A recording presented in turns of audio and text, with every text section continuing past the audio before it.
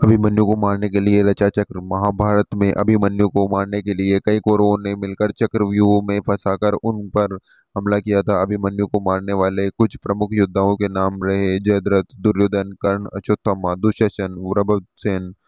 अभिमन्यु को मारने की वजह: अभिमन्यु ने दुर्योधन के पुत्र लक्ष्मण को यमलोक पहुंचाया था। दुर्योधन के बाद राजा के रूप में लक्ष्मण ही राज्य करने वाले थे।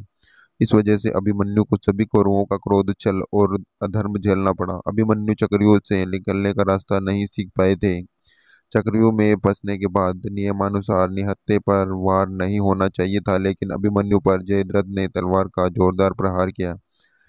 इसके बाद एक सातों योद्धाओं ने वार पर वार शुरू कर दिए। अभिमन्यु को मारने का तरीका कायरतापूर्ण माना जाता है।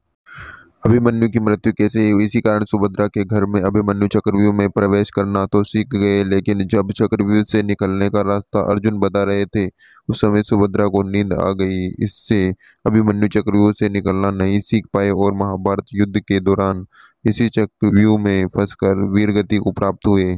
श्री कृष्ण ने अभिमन्यु को क्यों मारने दिया था? श्री कृष्ण ने महाभारत में क्यों नहीं की थी अभिमन्यु की रक्षा?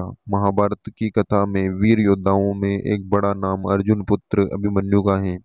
अभिमन्यु ने जन्म लेने से पहले ही चक्रव्यूह में प्रवेश करने का ज्ञान प्राप्त कर लिया था, लेकिन बाहर आने का मार्ग न जानने के कारण उसकी मृत्यु हो गई। अभिमन्यु किसका अवतार था? यानी कि अभिमन्यु कृष्ण का भांजे थे। अभिमन्यु को चंद्रदेव का अवतार माना जाता था। इसका कारण यह है कि एक बार स्वर्गलोक में सभी देवों को अपने पुत्र धरती पर भेजने थे। चंद्रदेव से भी उनका पुत्र धरती पर भेजने के लिए कहा गया।